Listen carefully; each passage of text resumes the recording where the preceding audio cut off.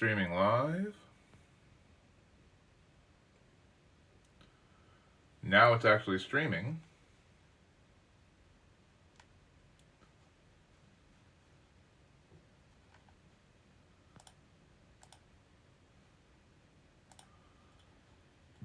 We're going to test it one more time.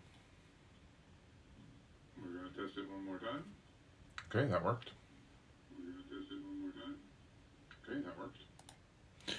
All right, so, and look, Streamlabs even showed up. So the next thing we're going to do is we're going to do a quick test of the emergency broadcasting system. Hey, that showed up. Shows one viewer. And Magna, you are here. Perfect. Okay, so now that I know it's working, I am going to walk through the house, grab the soda that I opened, open the door. We don't need the kitchen light on. Alright, walk down the basement stairs, walk over to my gardening area, and set up for the stream. Alright. Seedling starting stream, part 2. Part 1 doesn't exist because it didn't fucking work. Woo! Beer pong. Alright, so since the first half of my stream, not even half, I mean, I streamed for like 25 minutes and it didn't record, it didn't work at all. So I will go over the spiel again, even though I've already done one entire section. I will start from scratch. Alright, well, good afternoon, everybody.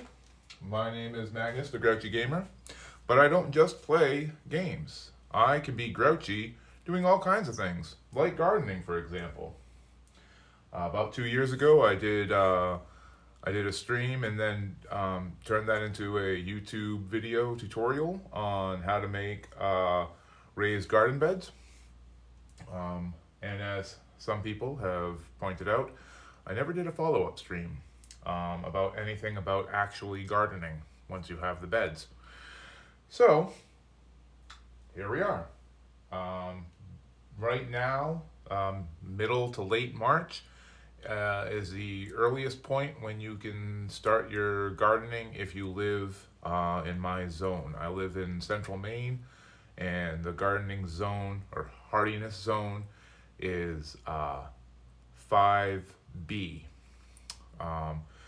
Hardiness zones are based around when your final frost to your first frost, so the amount of time you have to grow your vegetables. Typically, our first frost happens sometime in May, or I'm sorry, first final frost, the earliest that you could plant is after your final frost, which is always a guesstimate because you never know when you're going to get your final frost of the season. Usually that happens in early May. So typically we would start planting outside in mid to late May. Some people even wait till the 1st of June. I'm not a very patient person, and probably why I'm so grouchy all the time. And so I like to plant in the middle of May and take my chances.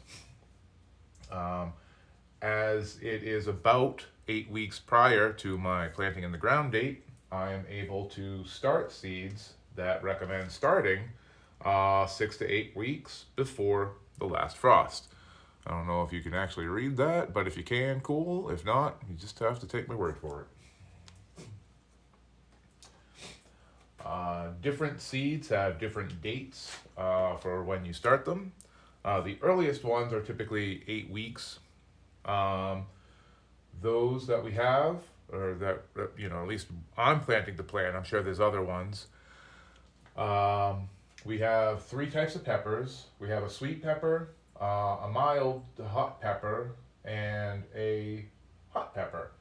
I think the sweet ones are basically like a bell pepper. Then there's banana peppers, and Anaheim chilies. Hopefully those are nice and spicy. I also have eggplants and two types of tomato. I have Roma tomato and a slicing tomato. The tomatoes that I have are a determinate type. The two basic types of tomato vines are determinate and indeterminate. Determinate, as the name implies, grow to a certain height and then stop. That's usually between 3-4 feet.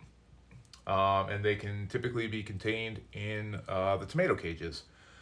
The indeterminate will grow up to 8, 10, 12 feet, depending on circumstances. And you need an intricate trellis system to keep up with how the vine keeps growing. I don't really have that intricate of a gardening system. So for me, it's just easier to do the determinate tomatoes. The other thing about determinate is when it gets to that size, you have about a month worth of tomatoes that will get ripe. You'll pick them, and then that's it for the plant. The indeterminates, however, you will have a period where the tomatoes will get ripe, you'll harvest, and then it will continue to grow. More will get ripe, you'll harvest more. You have a couple of months of harvesting from indeterminates, where you usually have like about a month for determinates. To quickly go over the setup that I have. This setup here, where you can see all the beer pong cups, as the Drew so eloquently put. This is actually where I would have the seedlings after they have grown to be a couple of inches tall.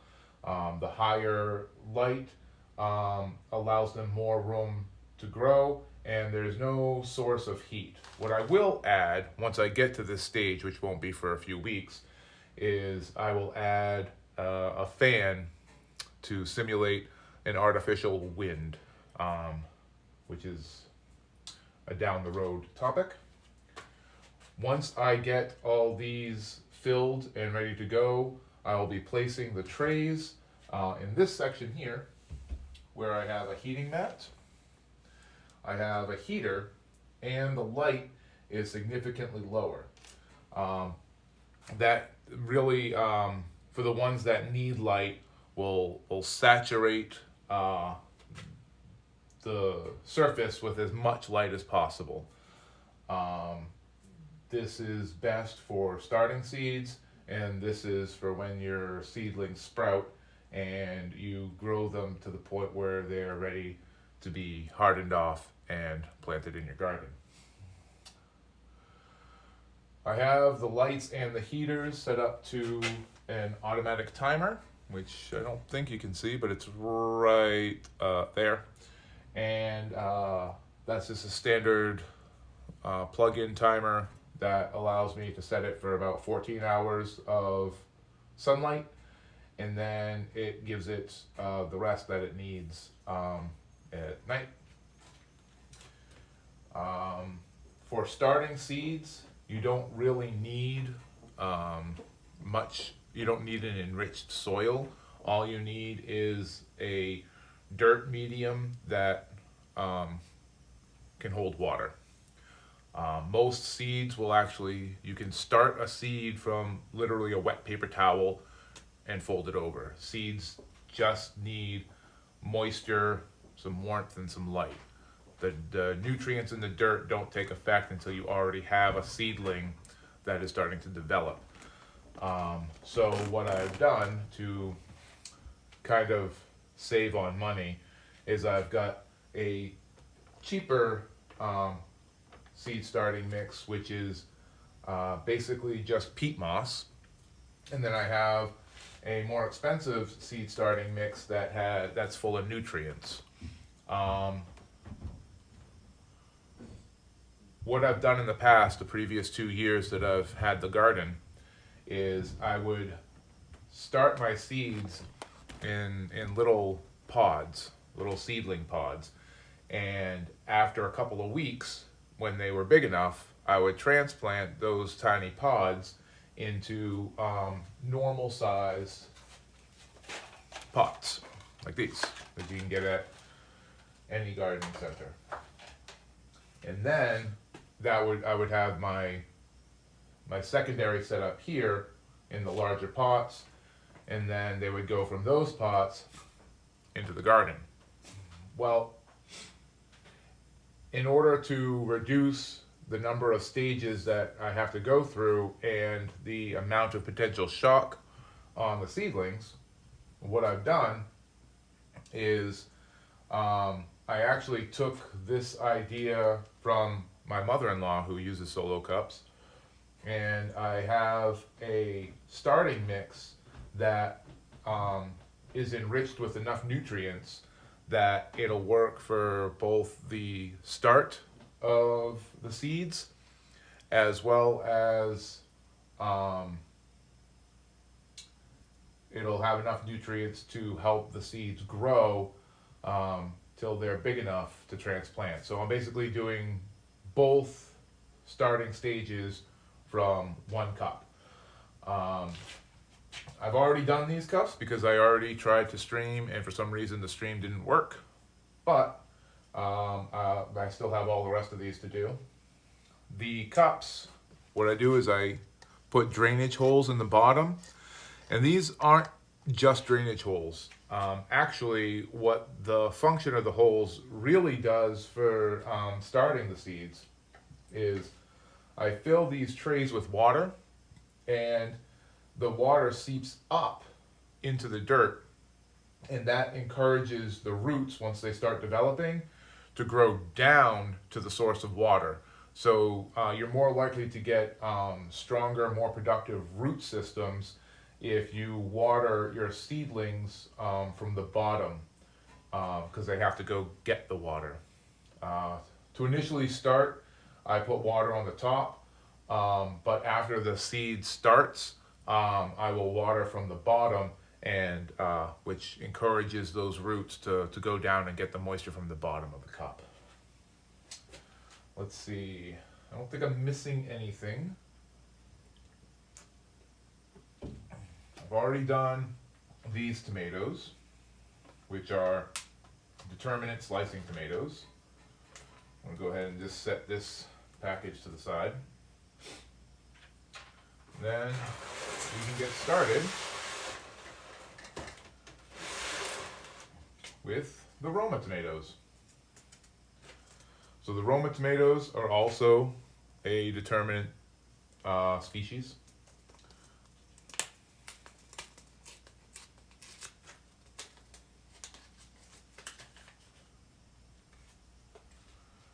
I'm going to put in the bottom of the cup, I'm going to put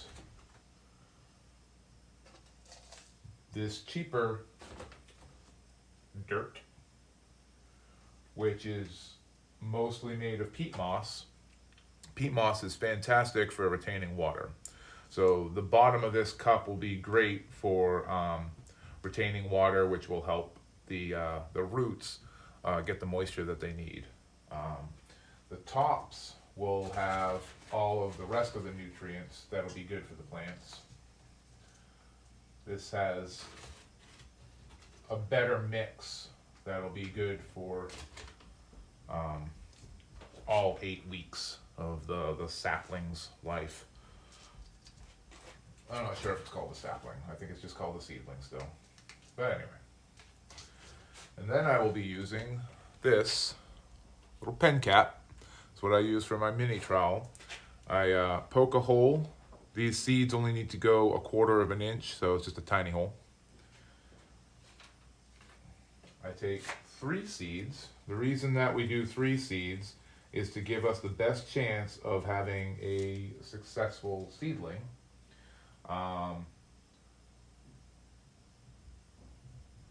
More often than not, you will not get a seedling out of every single seed you get in a package. I can use my finger, or I can just use the end of the pen cap to pull the dirt on it so that there is a 1-inch coating of dirt.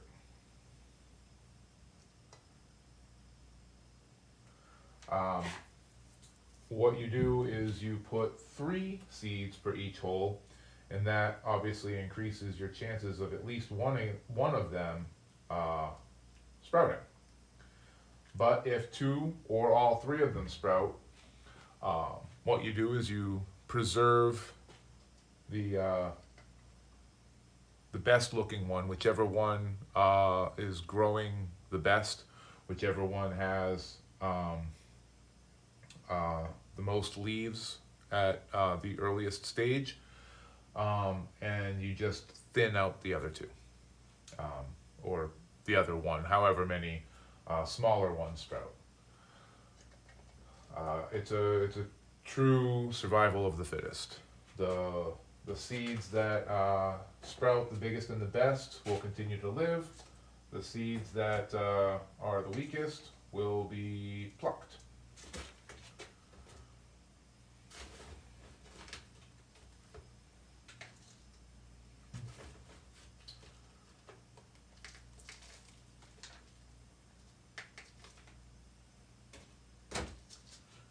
Okay, make a little hole, grab 3 more seeds,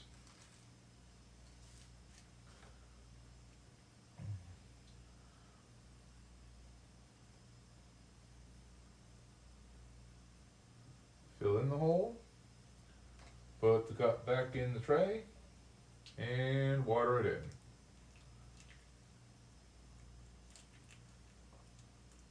I want to make sure these are nice and moist, and I will add more water to the tray after I'm done. But my current goal here is just to get them all, basically get them all started, and then I'll top them all off with a little bit of water. The weak shall perish, that is true. Okay. Not all the seeds get started early in this way. Some seeds I will start about 4 weeks, 4 to 6 weeks from the last frost date, and some I will direct sow into the ground after that last frost date. And then there's some seeds that you can start before your last frost date because they're frost hardy, which means the frost won't destroy them. And each type will have on the package letting you know when the optimum time is to start it. One of the ones that I prefer to start outside is cucumbers. Cucumbers really don't like being transplanted. It shocks their system. So I just wait to the earliest opportunity and I direct plant them into the raised bed.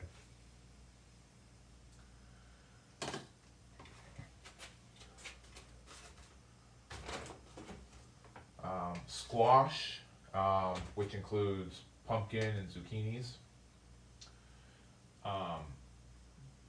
They can be started indoors about 4 weeks early, or they can be direct sown into the bed. I have not had the best luck with squash in general, but I will try them again this year. Oops, I didn't need to water it already. I'm getting ahead of myself. Oops. This is what happens when you talk and do things at the same time.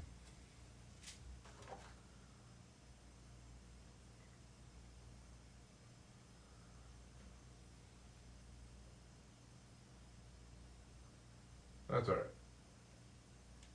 It works in reverse order. Did I not put seeds in this one?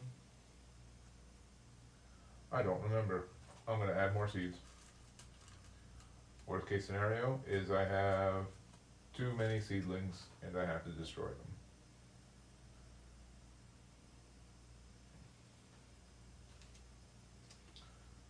Alright.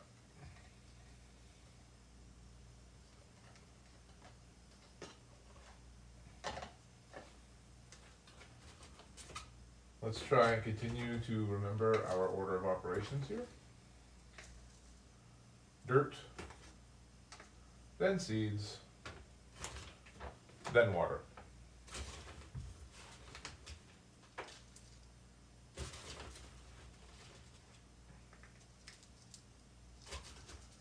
All right.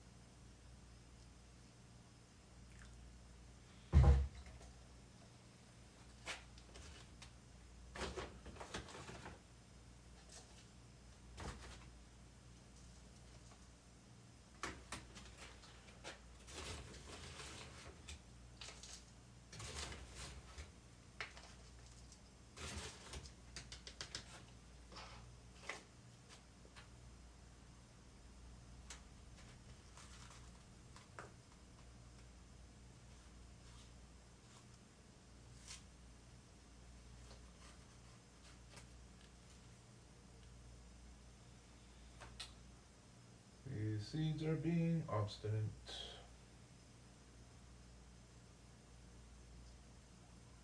All right. Oop. Let's put this in here.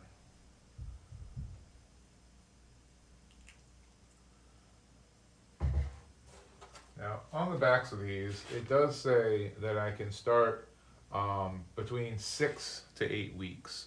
I like to start them as early as possible. That way, in case anything goes wrong, if in 2 weeks any of the cups are missing their seedlings, if nothing pops up, what I can do is I can try again and still have enough time to get them to the height they need to be before putting them outside.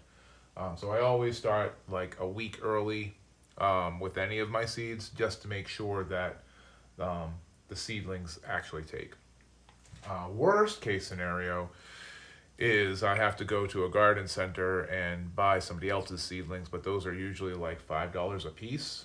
And at that point, if I was to buy seedlings for everything that I'm growing, it would be pretty expensive. All right. So the way I'm going to have this set up is all of my trays being laid out there, just by happenstance of trays that I already had, trays that I bought specifically to go with the cups, and containers that I already had. All of this style container here, these are going to be the eggplants.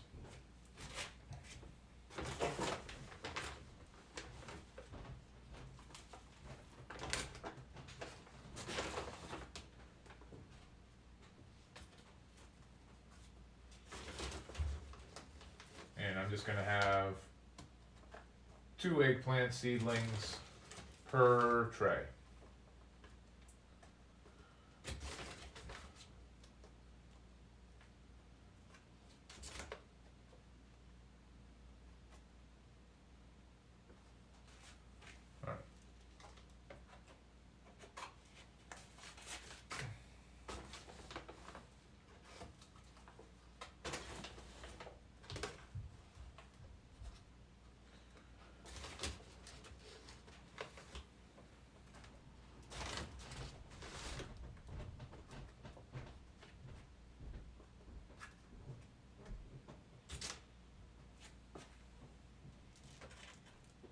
Do the same process. We're going to make a hole in the middle, and then because these are slightly different, we'll have slightly different instructions. Instructions: start seeds 8 to 10 weeks prior to planting outdoors, wait 3 weeks after the last frost, in warmer climates or directly into the garden. Let's see, depth 1/4 inch to 1/2 inch, so that'll be fine. Yeah, pretty much the same thing. I can go a little bit deeper with these, they'll be fine. And I'm going to do the same thing. I'm going to do 3 in each. Give them the best chance of survival.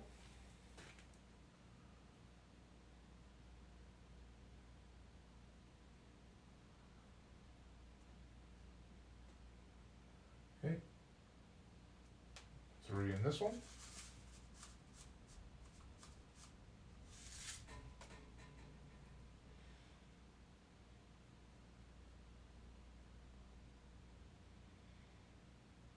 And I will water these in.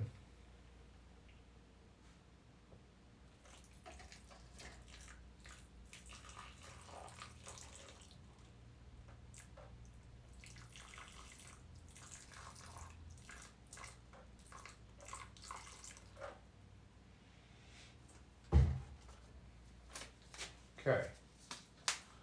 So once I have got them all set, I'm going to take the whole tray.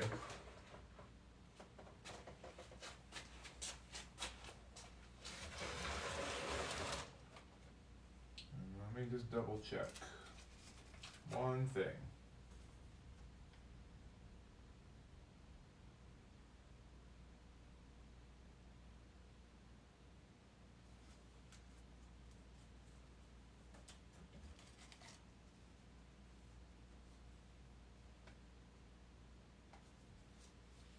All right.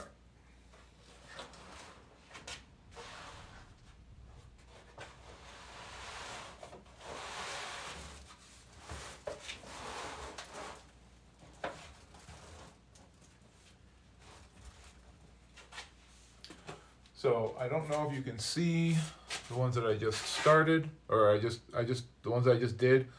I put them over there. You can see about 2/3 of the tray is underneath the light. The other half just has a little bit of light. Oh, hey, Daler. Look at that. This man is prepared. I am prepared. Not all of the seeds require... stupid thing. Not all of the seeds require intense direct sunlight to sprout.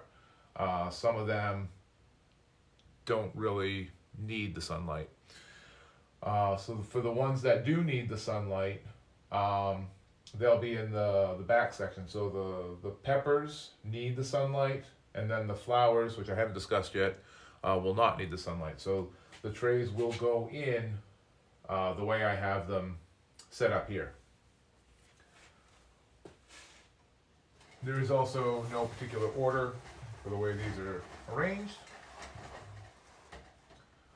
But I haven't discussed the other seeds that I'm going to do. I have, besides the peppers, the tomatoes, and the eggplants, which I've already mentioned, the flowers that I have are marigolds. Marigolds are kind of a universal companion plant. They are great for deterring pests of all kinds, from tomatoes, cucumbers, squashes. They're just a really good universal companion plant. So you'll see marigolds a lot in gardens. The impatiens are a good ground cover. And Sarah really likes them. And the chrysanthemums, I really don't know much about chrysanthemums, but I just happen to have a seed packet, and they start 6 to 8 weeks. So I just went with some chrysanthemums. All right. So the next seeds that we're gonna do are gonna be the banana peppers. They're gonna be sweet and hot banana peppers. Again, we are doing 2 types of dirt. We have the peat moss. with starter mix in it. And we have the organic dirt with more nutrients in it. That way we can use the same container from the initial sprouting of the seedling all the way till it is big enough to transplant outside. The previous 2 years, what I've done is I have taken little pods. They were peat moss pods, and done the starters. And then after they get to be a couple inches tall, I would take those and I would transplant them into larger pots. Instead of doing that, I'm just keeping them in the same pot for the entire time until they're ready to go out. That should be less stressful on the root systems. At least that's the theory behind it. That out of the way.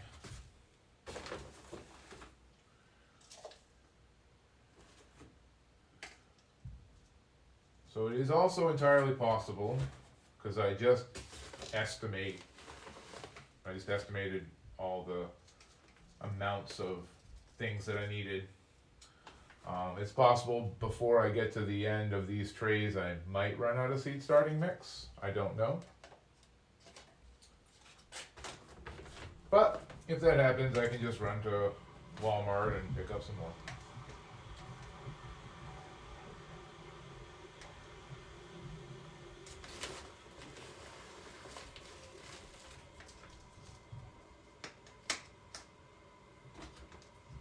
Big clump.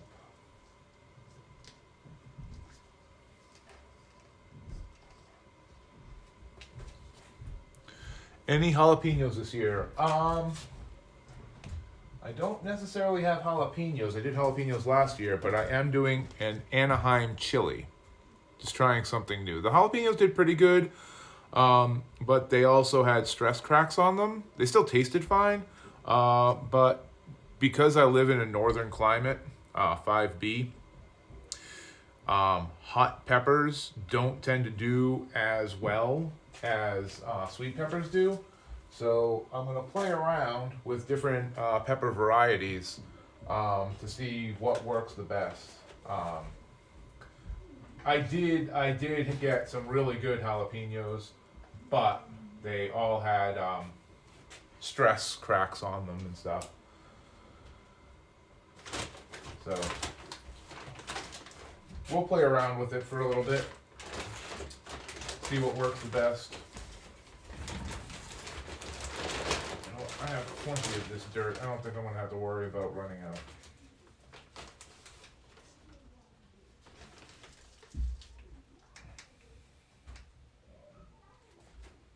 Okay.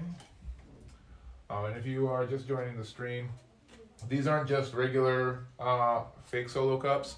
I did put holes in the bottom. Those holes are not drainage. They're actually the opposite. They allow water to seep up into the bottom.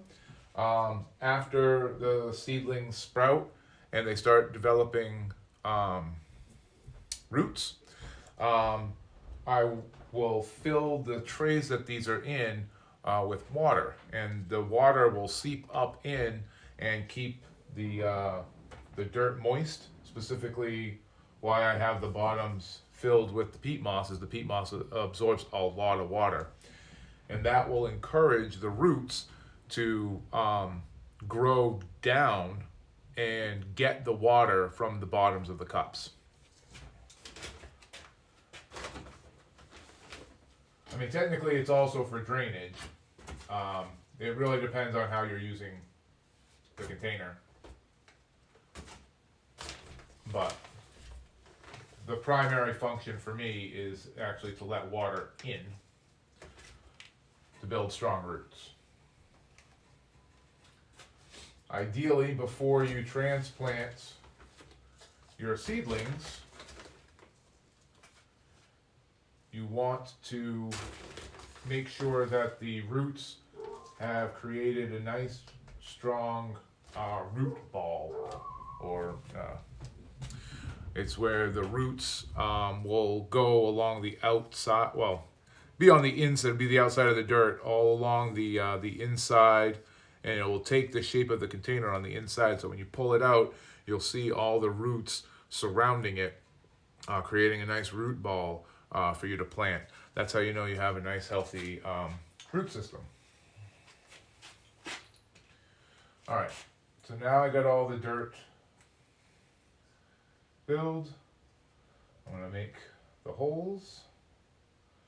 I'm just gonna double check on the package, see what the depth of the holes actually should be.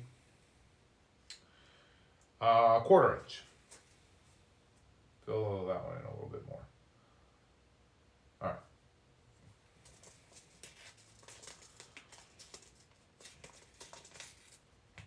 So once again, I will be putting 3 of each seed type into the cup.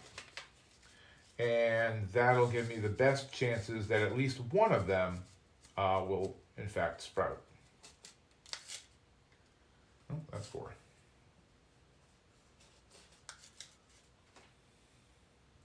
Okay. 1, 2, 3, 4. Cover it with a 1/4 inch of dirt. Again, 4.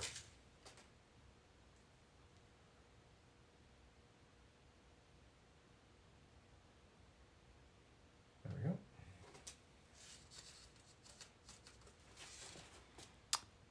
Didn't Pete Moss play baseball? Yes.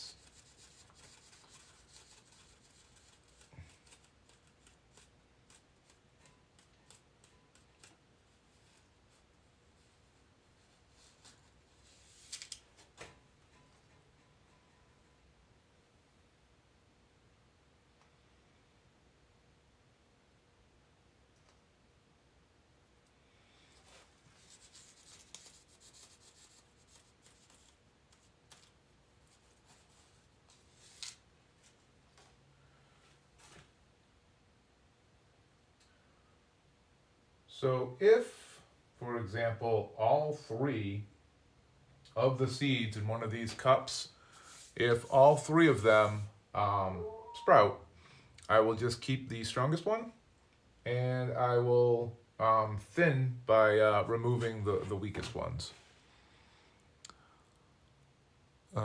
Nice. Oh, I missed that comment. Hot peppers grow great here, more humidity. Yeah, down in St. Louis, you're definitely going to have a better luck with peppers down there. You also have a much longer growing season. Our season is about it's just June, July, August, and then by September you're pretty much done with your harvest. So very limited time for growing in Maine or in zone 5B, wherever in the country or the world you are, that is also 5B.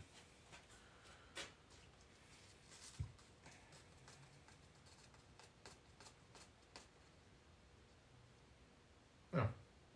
Well, I guess the last one's only going to get 2 in it because I am out of seeds. That's weird. Usually there's more seeds. Oh well. Okay, water these ones in.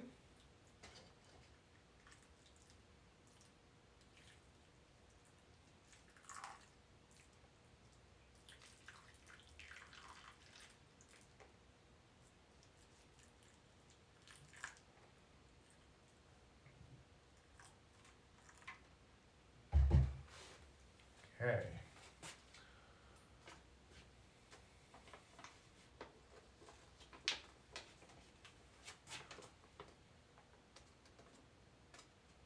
Going to leave this in here, that way I remember what's actually in these.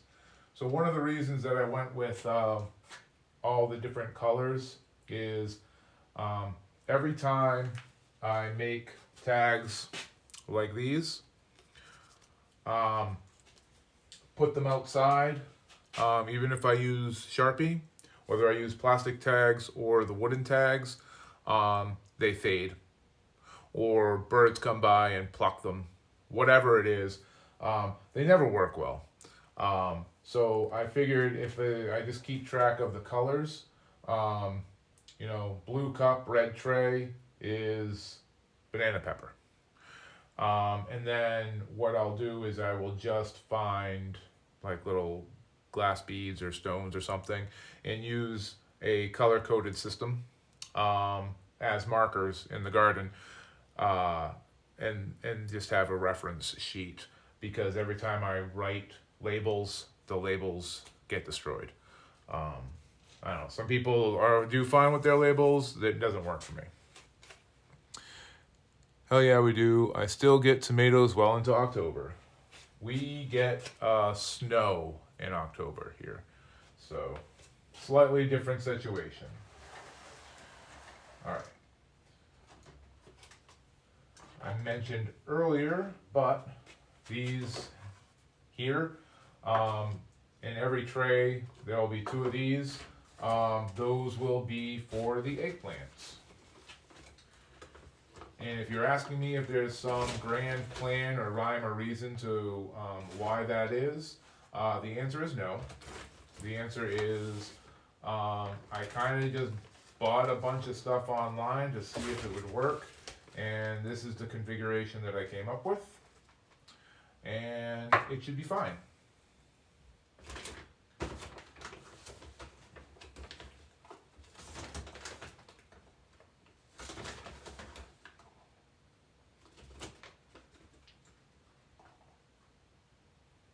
That's too much of that. I need more of the good dirt.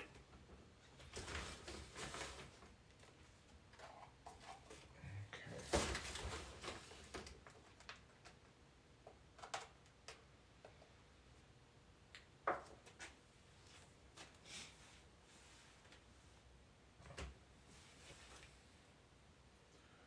All right.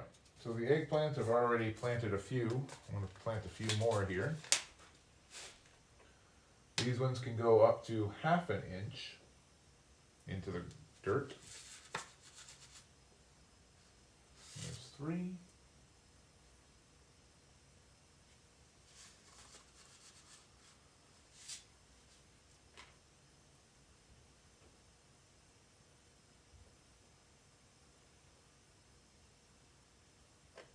Okay.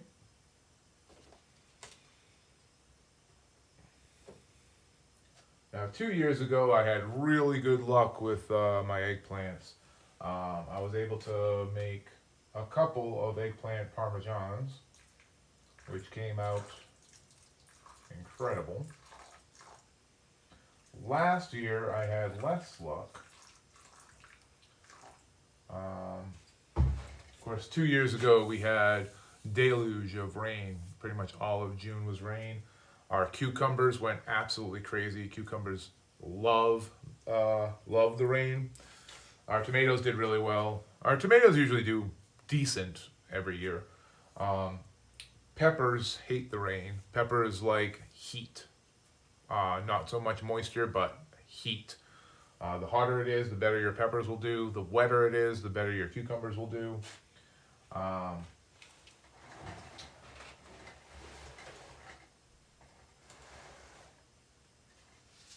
So hopefully we have good eggplants this year. Only time will tell. All right, so impatiens, they make a really good ground cover. So if you want something that, if you have an area that you don't want grass, but you want it to look good, impatiens are pretty good for that.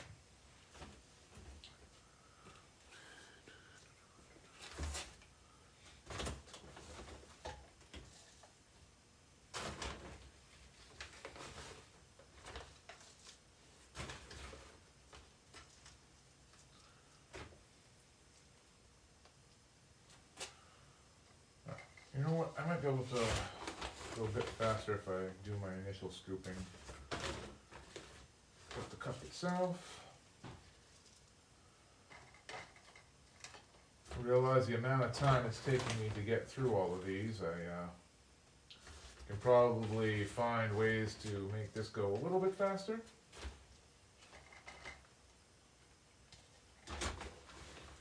I suppose I could have pre-filled the majority of the cups.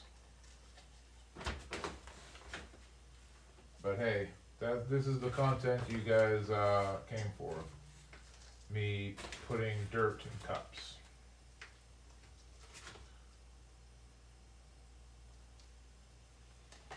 Oh, I skipped a step.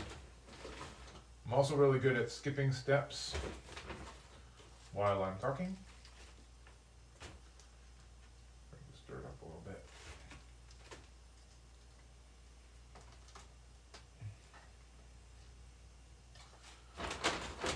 So my idea is with the IRL stream set up in the Twitch app, and mostly because Desolate Reality keeps insisting that I do, I'm going to attempt to do more streams around my gardening. I can show progress when I start my next round of seeds in a couple of weeks. When I move my initial seeds, once they sprout, I'll move those to this area, and then I'll put the new set of seeds into this area over here, and they'll rotate out. And then I will show prepping the garden and transplanting, and then maybe I'll have a stream of maintenance throughout the summer, and maybe a stream of harvesting. We'll see how it goes. The guy doesn't let up, does he? No, he doesn't. He's pretty relentless, but if you've seen his streams, he's not just relentless when encouraging me to do different types of streams. He's also relentless in his pursuit of personal growth and improvement. If you don't know Desolate Reality, he does workout streams where he lifts weights and shows off his muscles. He does a large variety of stream types. He does reading streams. Right now he's going through H.P. Lovecraft stories. So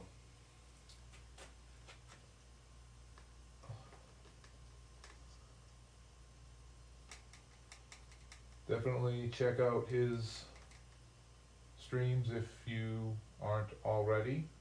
And my guess is if you're in my stream, you're probably, if you follow me, you probably already follow Desolate Reality. But in case you don't, give him a follow. Alright. Let's see. Start seeds indoors, those frogs, thin when plants are a few inches tall. Oh, that's 1/8 of an inch. Okay, let's we'll just make a tiny little divot.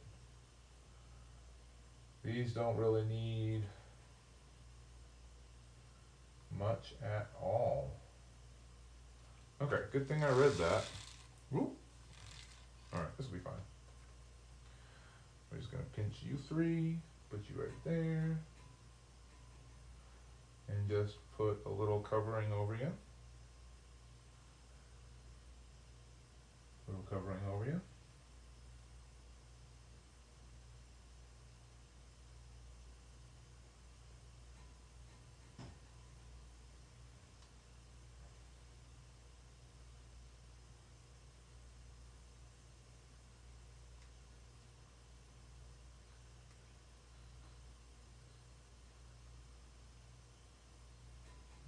That's 2, that's 3.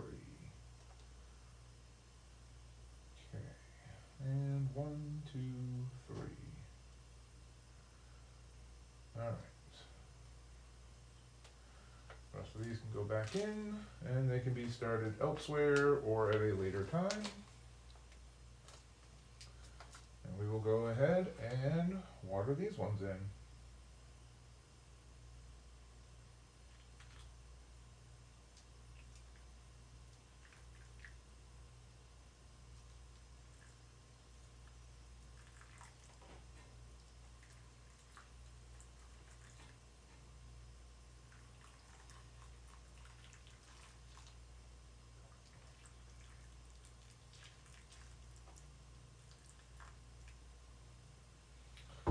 All right, so these ones in back, the blue ones, are the peppers, and peppers, because they like the heat, they like direct sunlight as well.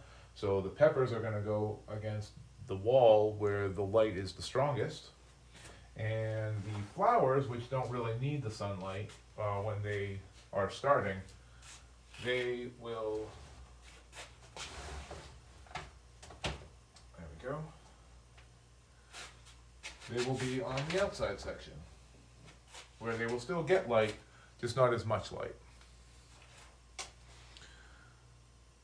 What? Mods get cooldown on the shout out command?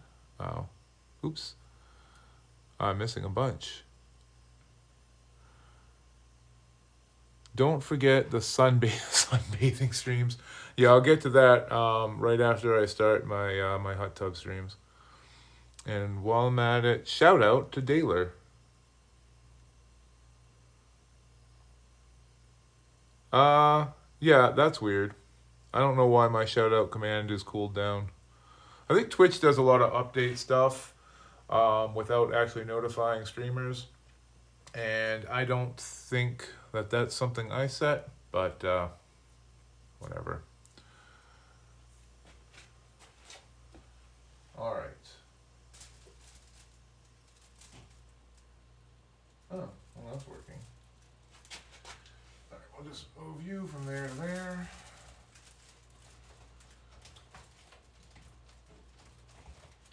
I'm going to make one quick adjustment here. I have this heating pad, but it's not well centered.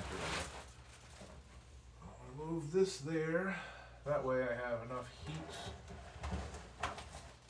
over the whole thing. And now that these are actually on the heating pad, I'm going to go ahead and plug in the heating pad. All right. Tray number 3. We're going to start with our marigolds. Oh, also loved by pollinators. So another good use of marigolds. Another thing that they're good for as companion plants is they encourage pollinators to come and help pollinate your garden. And if you have squash or cucumbers, pollinators are very important. That's a Twitch thing. Someone I mod for who does IRL has the same problem. It's like several minutes. Well, that sucks. But then Twitch sucks, unfortunately. We just have to deal with it. All right. I'm going to try moving a little bit faster. That way the majority of my stream isn't just me filling cups with dirt.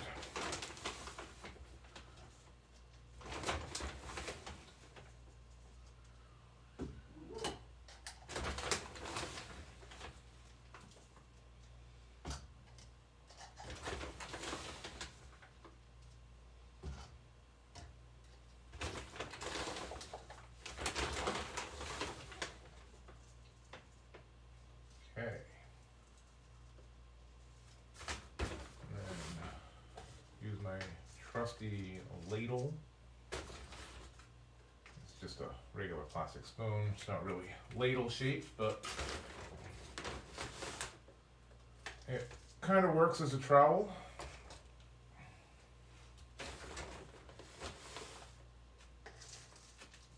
It's a little bit easier to use than a trowel because it's got the long arm.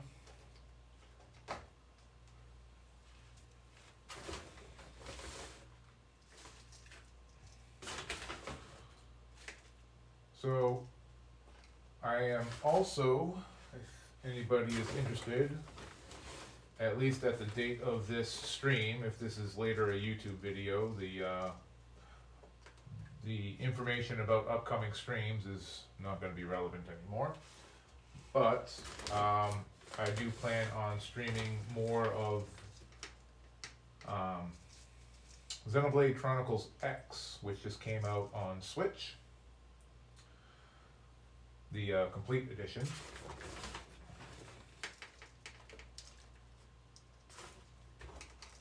And I'm also going to be doing reading, but I don't know if I'll do any reading on stream. I'll probably just record the readings and then edit them into YouTube videos and just put the pre-recorded, edited readings as YouTube videos. What is the insecticide you use again? I don't use insecticide. I just use companion planting, and I actually encourage bees to come in, and I will have pots. They're actually outside, and you can't kill them. But mint, and you definitely want pots. You do not want to plant mint in a garden bed or in the ground, because it will get everywhere. It'll vine underneath the ground, and it'll take over your whole bed. But just mint, marigolds, and other natural companion plants. Keep out bad insects, encourage good insects, and then from time to time you just have to go, like if you get slugs, one of the things that you can do for slugs is a tray, like a shallow Tupperware container, or like one of those crocks full of beer, actually, and the slugs will all go after the beer and die. And for tomatoes, you'll get hornworms. You just pluck them off and yeet them. Not you eat them, yeet them. I suppose when I said that, I probably could have said that in a better way. Tried mint. I have a big problem with Japanese beetles eating my grapes. That Spray 7 is the only thing I found that helps. We, oddly enough, don't get a Japanese beetle problem where I live. A couple towns over, growing up, we had Japanese beetle problems, and we had those Japanese beetle traps. It's like a green thing on top, and then it has bags, and the bags just fill with Japanese beetles. It just absolutely fills. So those Japanese beetle traps work really well. For some reason, I don't have that issue, but I also don't have grapes. Again, grapes don't really grow that well up in the Northeast. They prefer the heat. That's California, the Mediterranean, Australia, where all the good vineyards are. And of course, Daler's house, known for his great wine. I heard of those. Need to try them. Yeah, they are brutal. Yeah, when they are, Japanese beetles will absolutely swarm. We used to also have major issues with ladybugs. They would somehow get into my bedroom, and I'd literally have to take a vacuum cleaner and just suck up all the ladybugs. There'd be like hundreds of them just in like the corner of the room. Not sure how the hell they got there, but it was a problem every year. Really weird. Hey, Desolate. I'm only here for a second. You look great. Can't wait to watch the VOD. Bye! Well, I'm glad you were able to pop in. And yeah, hopefully you enjoy the VOD. We're about an hour in now. Probably have at most another half hour, depending on how long I spend talking. I'm getting a little bit faster at filling my cups with dirt, so that's helping. All right. So for the marigolds, which are great for pollinators. I don't know if they are good or bad in regards to Japanese beetles, but they're definitely good uh, for being in your tomatoes and cucumbers and all that. 1/4 inch. So yeah, the normal setup. Boop, boop, boop, boop, boop. All right.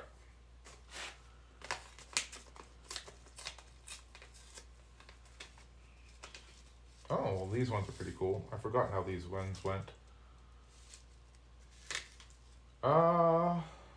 They give information on how to do it. These are pretty unique seeds. I don't know if yeah, you can get a good look at them there. They're kind of vertical seeds, and I think you stick them in so that the bushy part sticks up. I'm going to do 2 up and 1 down in case I got it wrong.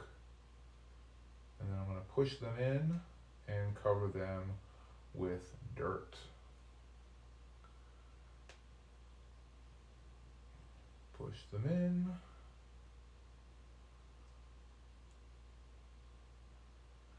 I've had really good luck with marigolds. Some years the marigolds are thin and super tall. I've had like 6-foot long marigolds, and the flowers were all over the place. And then other times they're low, tight bushes. But either way, they've grown well.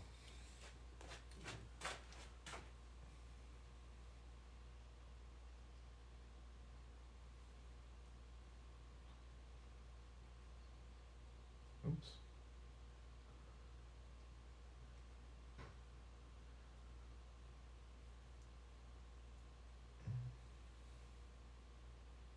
I don't have the best manual dexterity for these, but all right. Stick them in there, push, cover them. All right, 2 more to go.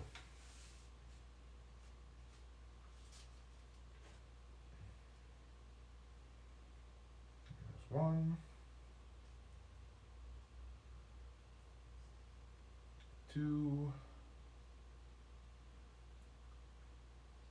3.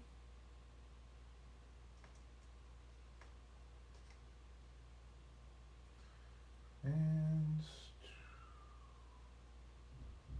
1, 2, 3. Push them down in, cover them, put the rest back. All right. Now they're all in there.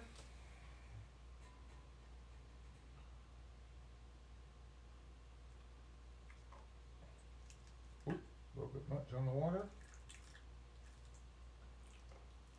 Might need a refill of the water.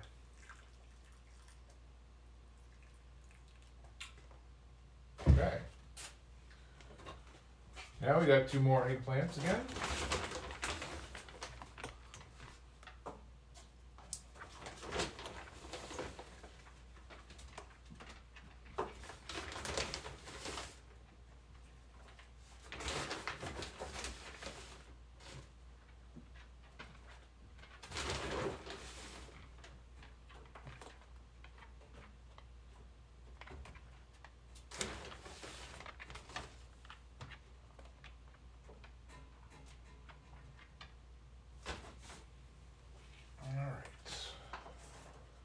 Grab our eggplants. Marigolds are friggin' survivors. Yes, they absolutely are.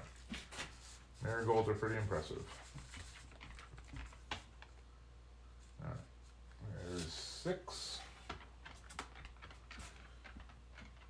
Yeah. 1, 2, 3.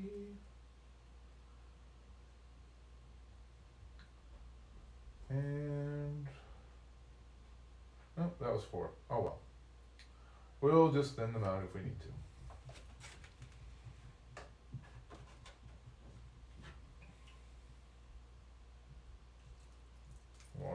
comes in.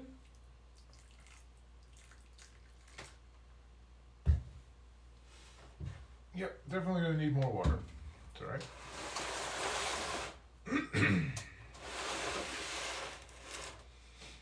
Alright, so next we got our sweet peppers, Grand Bell mix. So there'll be a variety. Again, we will fill with dirt. I'm starting to get a little bit low on dirt, but I think I still got enough. If I run out of dirt, I'll just go buy some more. It'll be okay.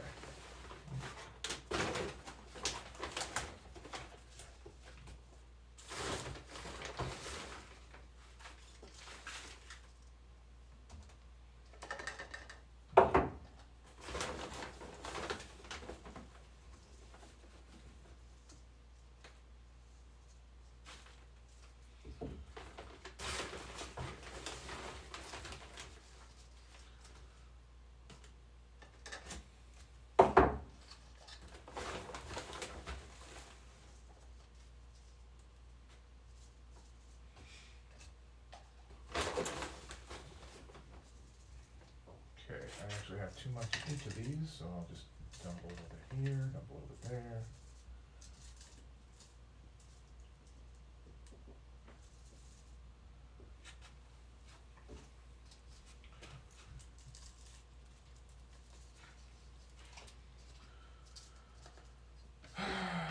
Close it off. Alright.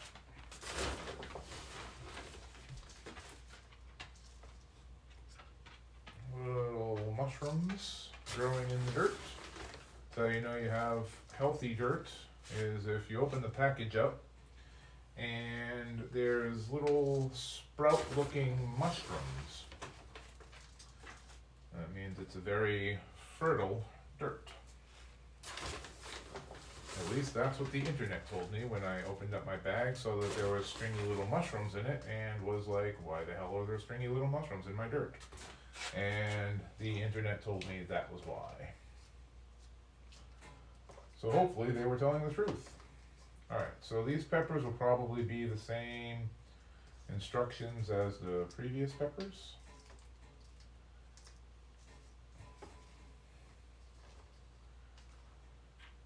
Probably a 1/4 inch. For those of you who missed it, my earlier explanation, I use a little pen cap here as my mini trowel for starting seeds.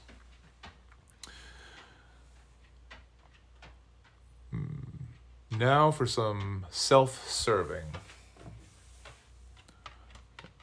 Is that you promoting yourself, Drew, or me promoting myself? Do you still put mulch down after you plant to keep bugs out? Yes. What I do is I get a straw bale. You can use mulching hay. Basically, you want to get a hay or a straw that has no active seeds. If you have active hay seeds, you'll grow hay. So straw is usually seed free. And you can usually look, you can see a bale and see is it full of seeds or not. You basically want the bottom ends of hay, which will be the stalks, that'll be the straw. And then you want to put a covering. You don't really want any exposed dirt. You really break it up, and you can like grind it up if you have any way of like if you have a mulching bag on your lawnmower, you can literally put the straw out, go over it with your lawnmower, and then use the chopped up straw that's in the bag, if you have the bag attachment for your lawnmower, and sprinkle that on. You can also use dried leaves and old grass clippings. The problem with grass clippings is the chance that there's live grass seed. You can literally use shredded paper and shredded cardboard. I prefer using organic matter that will break down naturally. That way, at the end of the season, you can till it into the soil and it will just become soil.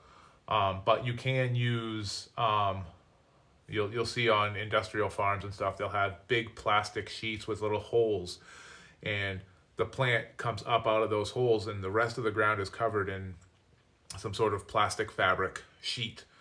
I don't have that big. I don't have a farm. I have a couple of small garden beds. So I just use hay.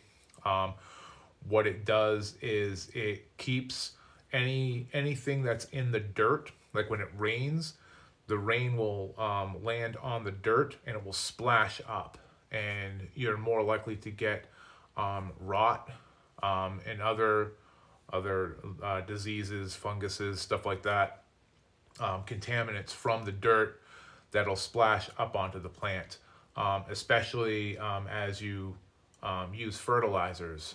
Some fertilizers are pretty strong. You put your fertilizers in a ring around the plant. You don't want to actually touch the plant with the fertilizer because it's so strong. But then rain or watering it could cause that to splash. And to avoid that, the straw will keep the dirt and the plant itself from touching. It also helps hold moisture in and prevents flooding. So it's good for regulating the amount of water in your bed. So it'll keep dirt moist, and it will prevent the sun from drying all the dirt out. So it's just a natural barrier to protect your plants and your dirt. So highly recommended using some sort of mulch. I think straw is probably the best way. No, me promoting. Oh, yeah, you should definitely promote Angela. The one who actually streams for Damage Control blog. Yeah, you should promote her. Mulching mower bags. Yes. The mowing bag is not necessarily called that, but it's just the bag attachment it's to help prevent your grass from going all over the lawn. So most lawn mowers usually have an attachment or an ability to attach one of those. We have an electric mower because we have a small yard, and that came with a mulching bag. All right, so I've made holes. My order of operations here, see where I am. Since the bag's not open, that tells me I have not put seeds in there yet.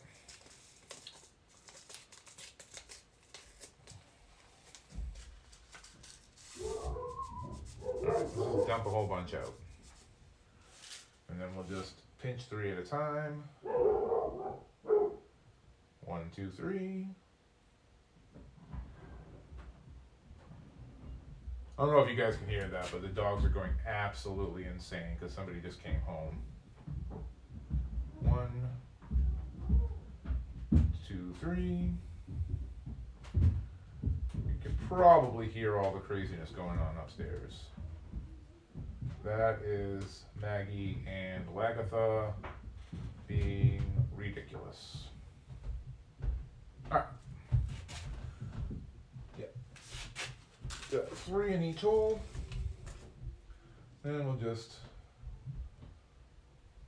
fill in with loose soil over the top and water them in. And it looks like I am going to need more water.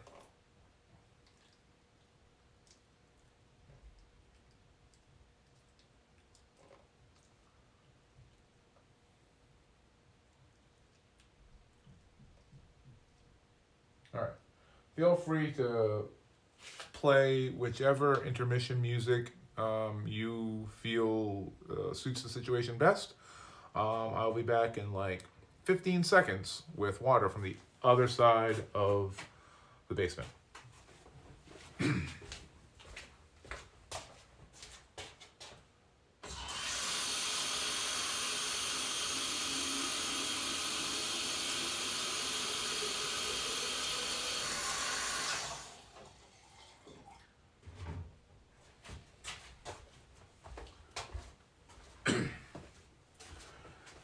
And we're back.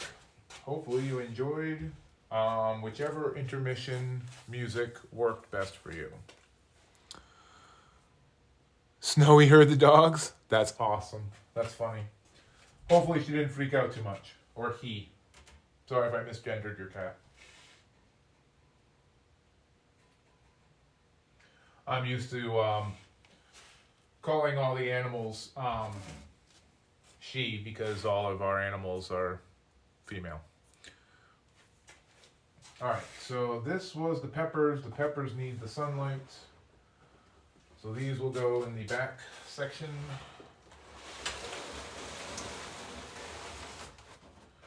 Another thing you can do when you have seed starters, and I did this a little bit previously. Of course, I don't have an example nearby, do I? Yes, I do. Okay.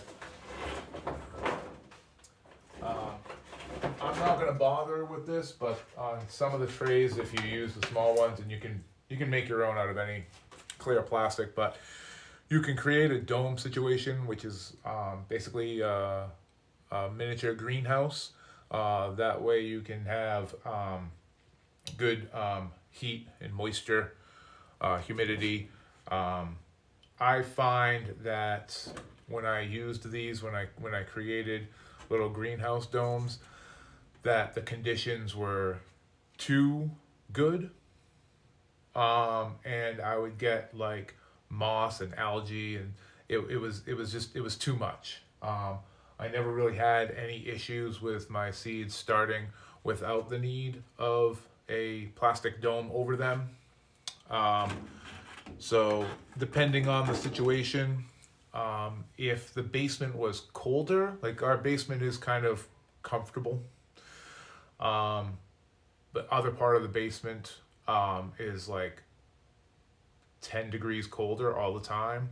So if it was in there, I'd probably need something like a mini greenhouse. But between this heater here and the heat mat that I have, and my ability to just, water it at will, I don't need a greenhouse setup.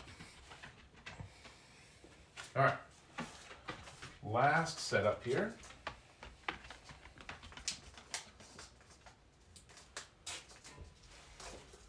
We've got the Anaheim chilies, which I suppose we could call them the Red Hot Chili Peppers because they're from California. Don't cancel me. And we have the chrysanthemums. Out of all the things that I'm starting, chrysanthemums I know the least about. I mean, they're just flowers, I guess.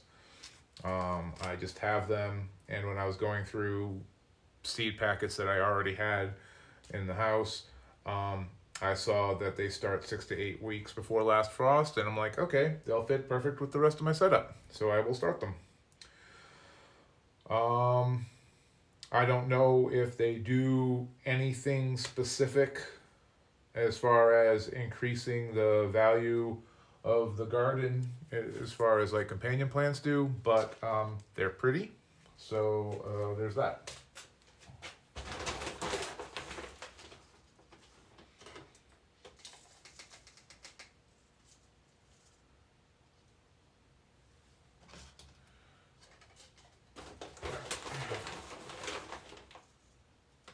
I should be able to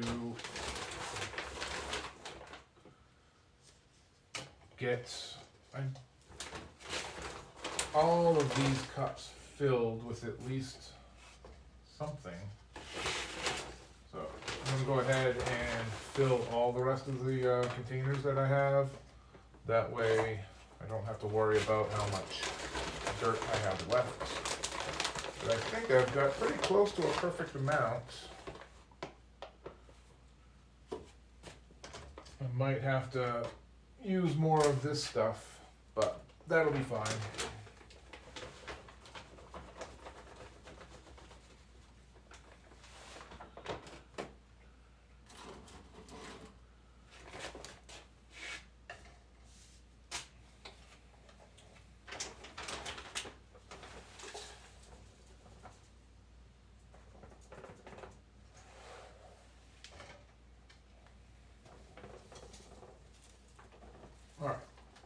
that is it for this. So the rest of these are not going to get any of this mix, but that's okay because this is actually the better mix. This is kind of a little bit of a filler.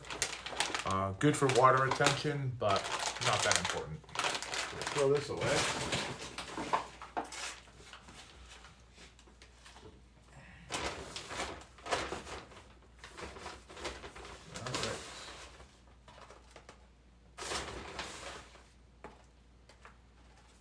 It looks as though, based off of how much I have left in my bag, that I will in fact have plenty of dirt for the rest of the cups. If not, I will just have to go buy more dirt.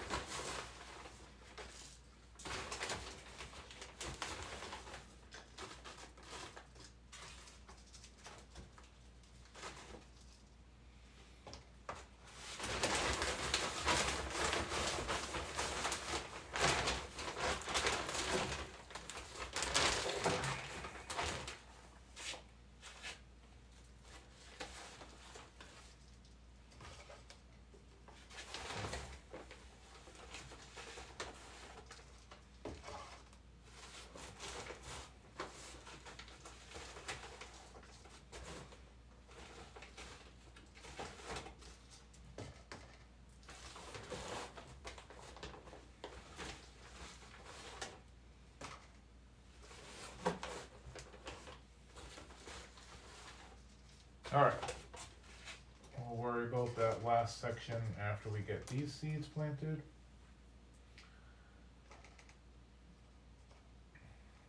So, chrysanthemums. I don't know the depth offhand. 1/4 inch, so just like everything else.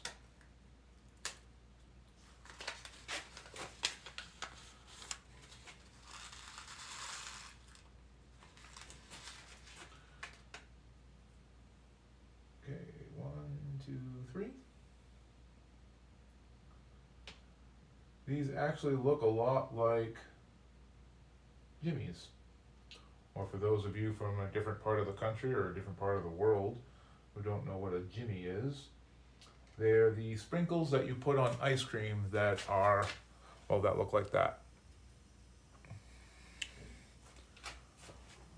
We call them jimmies. And the little round dot ones we call sprinkles.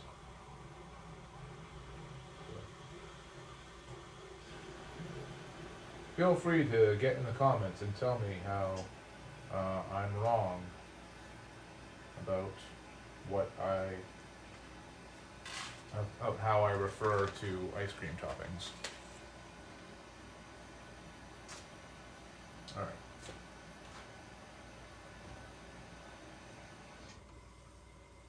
Especially if you're on YouTube. I could use more YouTube comments. All right. Eggplants. Our last 2 eggplant pots.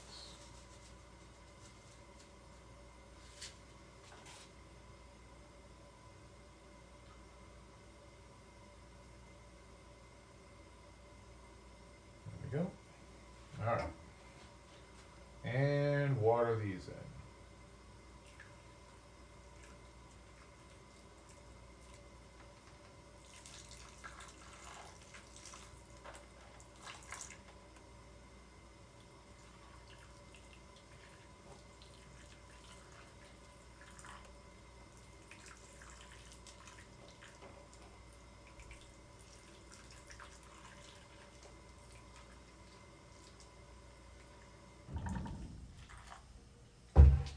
Alright, we are mostly done.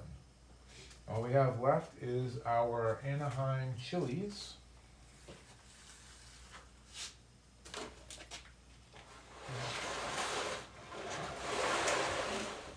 Which are in the orange cups and green tray.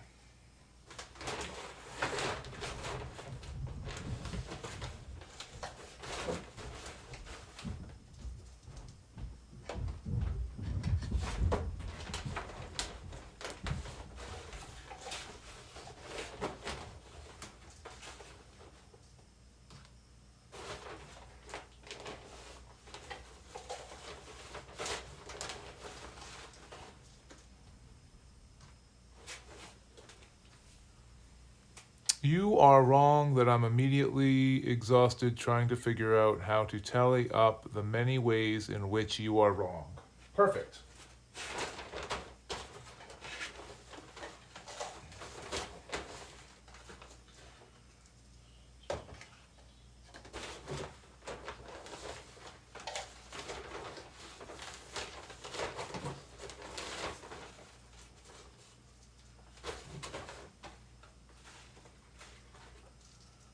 And we do in fact have plenty of dirt.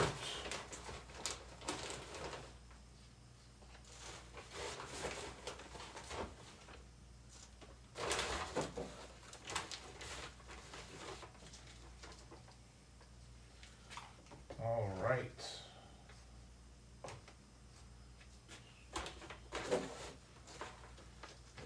That one. So, we're going to make our 1/4 inch deep holes using our fancy tool. That is, of course, a pen cap. Double check, make sure that it is in fact 1/4 inch depth. It is.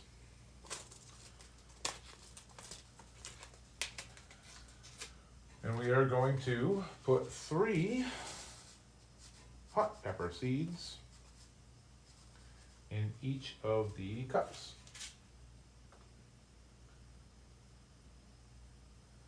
Now, again, the reason why I am doing 3 in each cup is to increase the chances that at least one of them will sprout and make a quality seedling.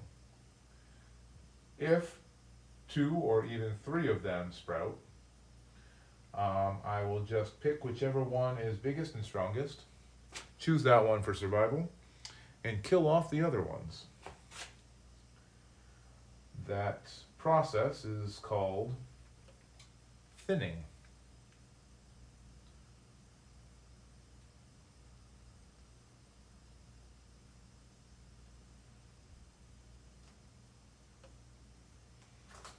All right, and there we go. Those are the last of the seeds.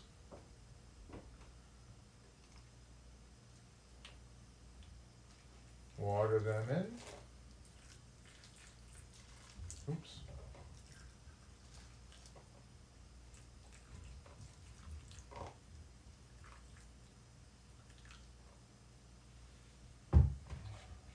Make sure I have room here. I have all my seed packets in the way. Move these down to here.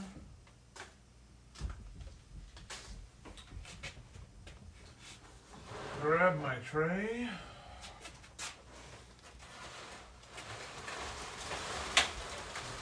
Now, as discussed before,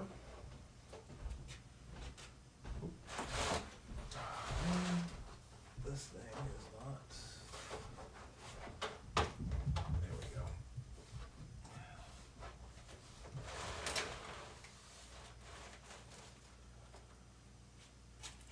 Some seedlings, when they first start out, require direct sun, and some do not.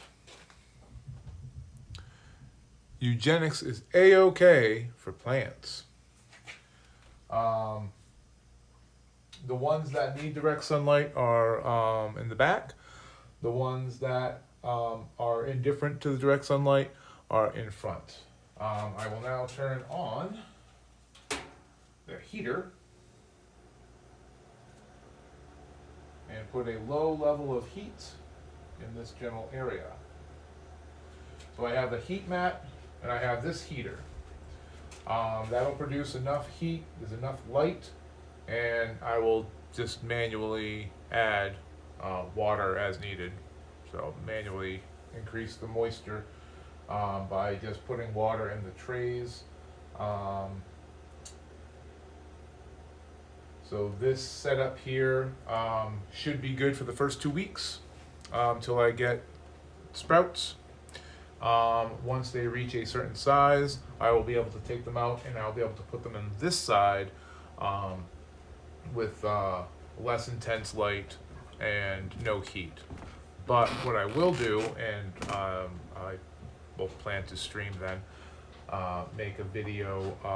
I will set up a fan, put the fan to create an artificial air current to simulate wind, and that'll allow the seedlings to strengthen as their stems sway in the wind. The lengths of the stems will strengthen. So the more exposure they have to a moderate amount of wind, the thicker and stronger the stems will get. But we'll talk more about that in a later stream. But for now, as you can see, let me just move this. We're gonna have shaky live cam. Now we got that. We've got them all hanging out under the little heat and light, and they are good to go. So, thank you everybody who came and enjoyed the stream. That is how I start my seeds. If you enjoyed this stream, or if you only caught a small amount and you want to see the whole thing, I will put the VOD on YouTube. I am Magnus the Grouchy Gamer, and this has been Grouchy Seed Starting.